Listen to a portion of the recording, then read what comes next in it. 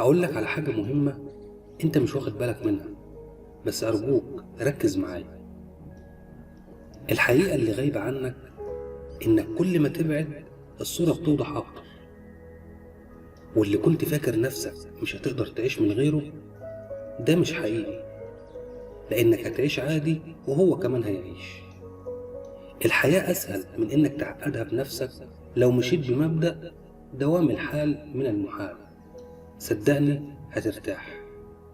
ولما تيجي تدور على الأمان ما تدورش عليه بين الناس، ورب الناس موجود. كل حاجة بتتغير إلا وجوده ورحمته ووقوفه جنبك.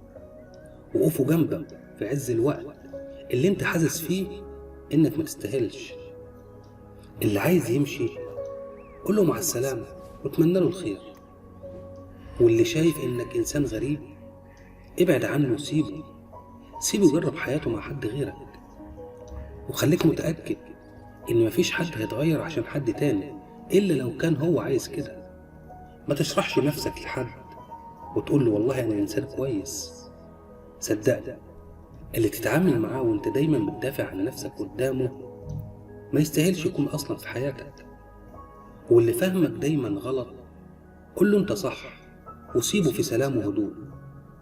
واللي مش هتقدر تبعد عنه بحكم ظروف الحياة اتعامل معاه على قده، وخاطب الناس على قد عقولهم. دمتم في خير.